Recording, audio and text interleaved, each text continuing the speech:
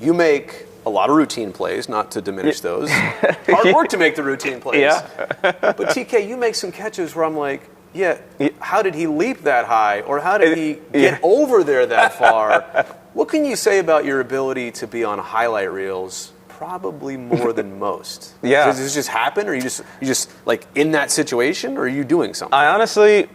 I think it's multiple things. Instincts, I would say, first off. But at the same time, trusting your ability. Yeah. You just have to be able to trust yourself in certain instances. And, my wife still yells at me about throwing my body around. But at the same time, like, there's still nothing like going out there and making a play that people just say, wow. And I think that's what's on the broadcast usually is, wow. And, and sometimes the dives aren't necessary as they are to slow my eyes down when I'm in the outfield or when I'm in the infield, because sometimes when you're running so fast, your eyes go up and down. Right. So sometimes if you make a leap, it kind of slows that moment down in time for a second for you to really track the ball that much better. I also love you making the play, but then your reactions afterwards are usually genuine. In Detroit, yeah. Honestly, that's got to be probably number one. Is that because you were like in the moment? I don't want to say you surprised yourself, but maybe that is what it is. I definitely surprised myself. It was a different positioning. The ball was kind of top spun a little bit. And when I made my leap, I didn't think that I had enough to get there. Mm-hmm. But as I stretched as much as I could, and when I did look down and see the ball in there, that's when I gave the shocked look, yeah. I believe it was Houston and Chicago when you were playing there, mostly outfield? Yeah. And then mostly infield with the A's. But you're versatile. You can do both. How do you prepare differently on a game day if you know what your assignment is going to be? And obviously, maybe you take a few more grounders if you're in the infield. Mm-hmm. But what is there a mental side of it too, about what position you'll play that day? Yeah, I think the biggest thing that helped me is going from infield to outfield is always using my infield glove even when I went to the outfield. Really? Yeah, so if I was taking ground balls, get my ground ball to second base, make sure I feel good that day. And obviously if I'm in the outfield, I'm taking my fly balls. But when I go back and forth, I use the same glove. Like 14 inches maybe? So the infield glove is, I want to say 11 and a half. Oh. And the outfield glove is 12 and 3/4.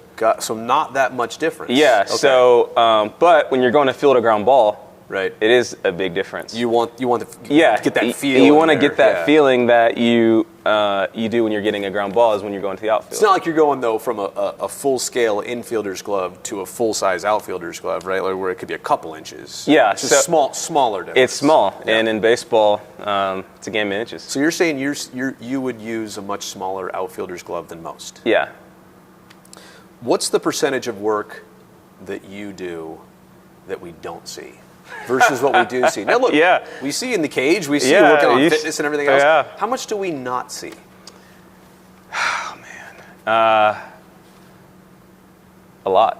I think, everybody has hard work in their own ways, and I've always been a quality over quantity guy, but I think where I've grown most is mentally.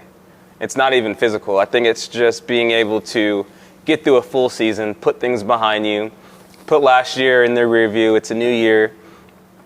And that is where the hard work goes into. You can go out there and you can pump weights and you can take your ground balls and you can hit in the cage. But I think to be able to strengthen your mental capacity is really what separates you in the game, because you see guys who obviously they have the ability to be superstars, but if you don't have it in between your ears, then that's what probably separates them. That's what separates you. Who's the most interesting teammate you've ever had? I don't necessarily mean your best friend, but somebody who you're like, that's an interesting person. Right? Most interesting teammate I've ever had. Any team? Sure. Any team. I would probably have to say Nick Castellanos. Okay.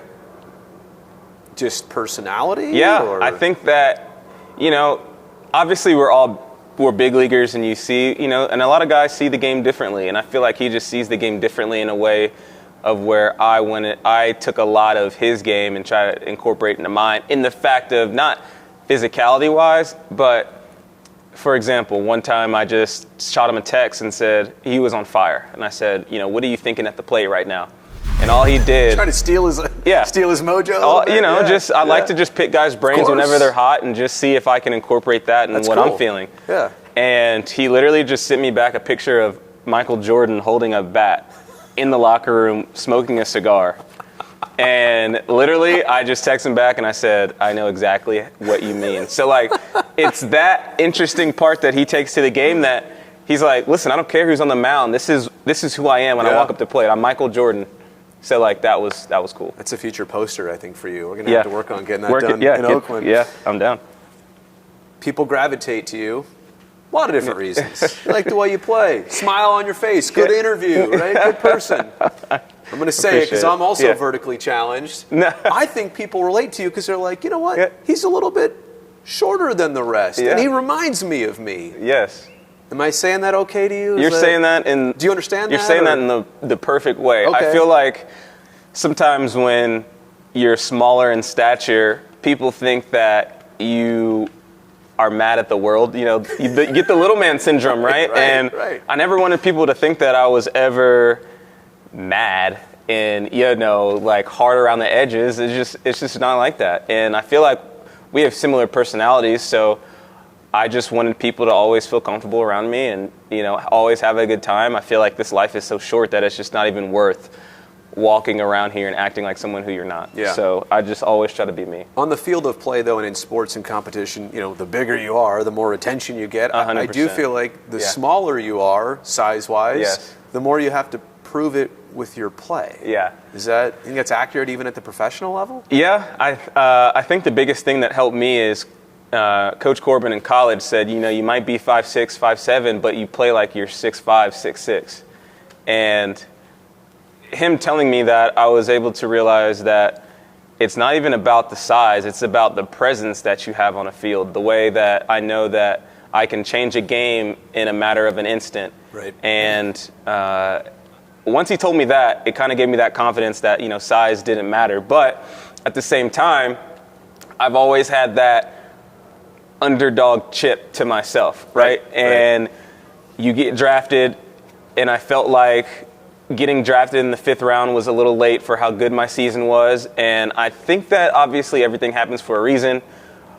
But getting drafted in the 5th round after having such a great season, I feel like it just fueled the fire that much more. And, I think it's cool to be, God made me in the way that I needed to be made, right? And so I feel like he did that so the kids who are out there who are smaller in stature as well can look up and say, hey, if he can do it, then so can I. And so just being able to be a voice to kids who are smaller in stature, and all the many times I've reached out to parents saying thank you for the way you play, and absolutely, how thank you for being so small, right?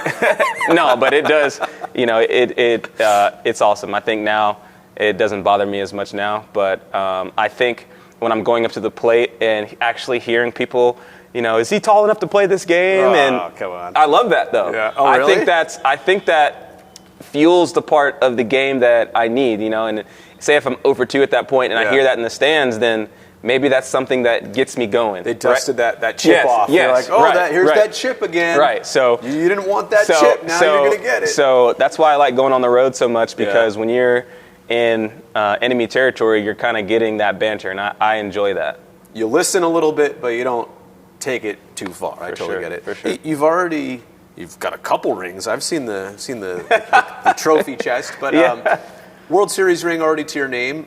Granted, everybody always wants to win another one and more of them. Right. But also, I'm looking at your career and thinking, I don't know, maybe you're halfway done with your pro baseball career. Yeah. Do you have like a bucket list of what you want to be in the second half of it? Yeah, I think the biggest thing that I've always done well, I feel like for myself, is just take a day at a time.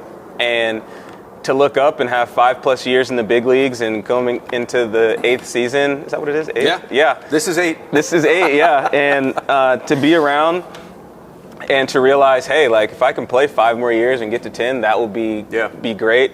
But longevity's great. I think the biggest thing I just want to take away from this game, one, is being a great teammate and being able to be there for the guys. And yes, World Series are great.